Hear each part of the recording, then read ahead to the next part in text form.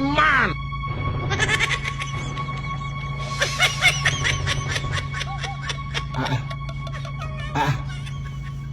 Chief Imo. Ndemi hango ona abia wala apri mpo na api disre mi hoyi. Ndemi happy Oluwa boye lo nya bra people ga ihe nwoke manu send la mo nga ndu shop do ipo send la mi na phone nga. Some jeme. Kele yo ma empre nga. Mse te na time bomb. Abia ngu wa people ga ngam send yo. Empre o. O empre e me klam phone aka since. Onye je nyogi aka ka onye ochaba. O chobara gi na anya no. Adala ati ma hu na mi a. Ole ihe dị ya. Ma hu. Oh, the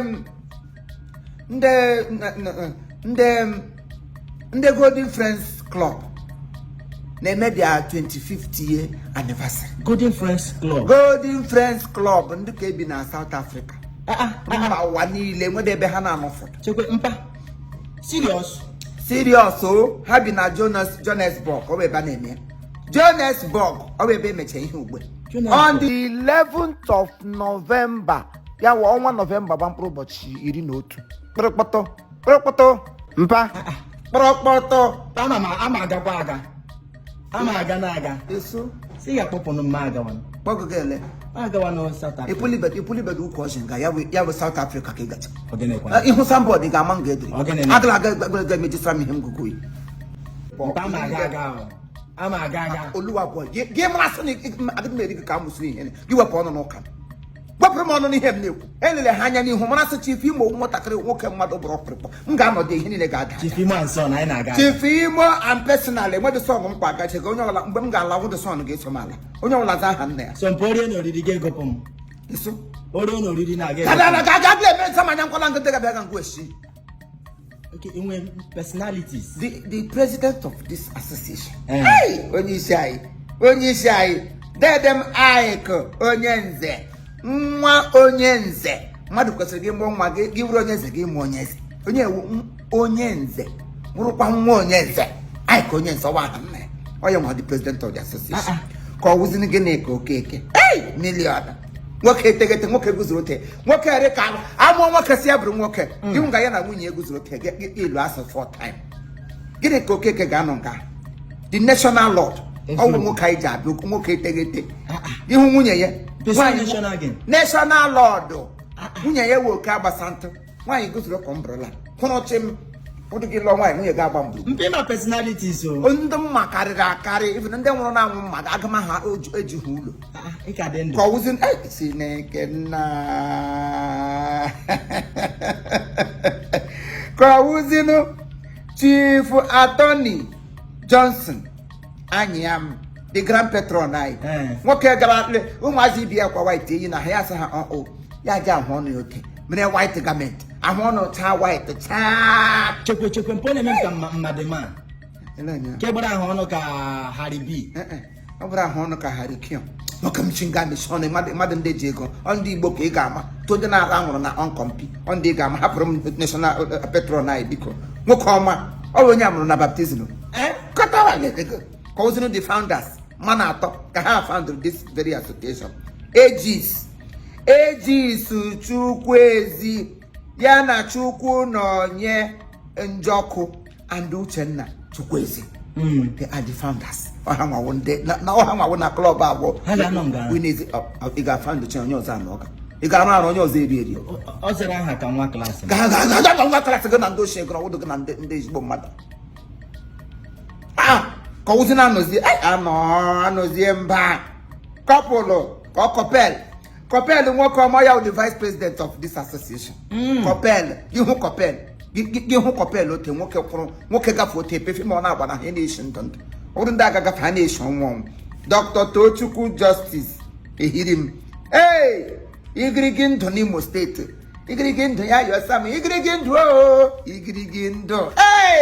ihe emegbule n'ala Imo steeti mgbe ụwa okete ihe na-anụ ugbu a otigbo ụzọ mgbe ahụ igirigi ndụ bụ igirigi ndụ a na-eme ya na redio te gị nwere ọkwa onye Labour Party yes na onye Labour Party mụne mpa m tụrọ mma ya mpa katawasị m kọrọla ka ozi sekretarị anyị de Collins ibe Kosinga nwoke na-ede ihe onye ya na Pontius Pilate nwere ọgbụgba ndụ nga Pontius Pilate ịhụrụ ihe o dere na ụsọ aka ya adịghịkwa n'ọbara onye ezi omume na akwụkwọ nsọ.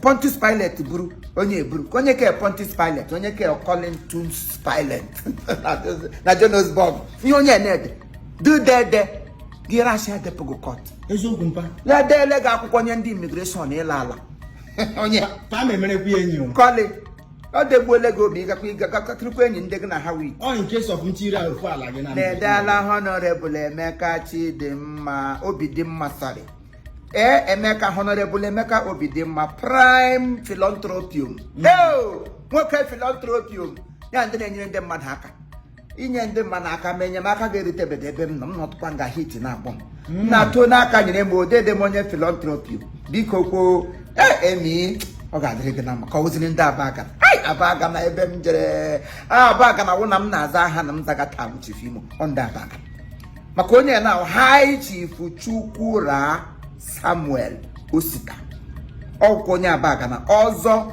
ebe kwuo dike na Abagana nwanne nwoke kwa na-emeka Igbo aka na Abagana kwa ọwa emeka Igbo aka wụ na m zaga Chief Imo ta ndị Abagana ọha mere m na mmiri ndụ mụrụ mmadụ jide ndị Abagana ejikwala ihe egwuregwu ha nwere make in the heart and make of honey obi ha wụ obi mmiri dede emega izite Emeka nyere m nke ọfụrụ kego ihe ha na m kego ugbo ya ezuele m ka ozini Chief Okechi Peter omefuru buru akụ abi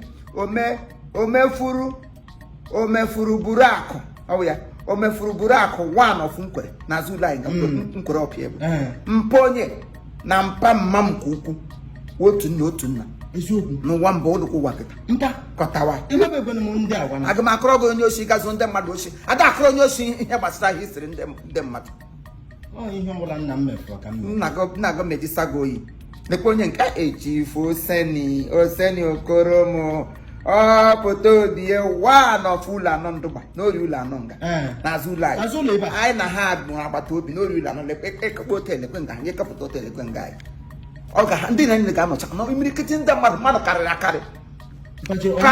akarị ha suutu nna m ọgbakọ otu bọọlụ ihe ọ nọ na ọdịkwa ka ịma ga-ekwere oyikpe suutu na oyikpe nwa kootu ya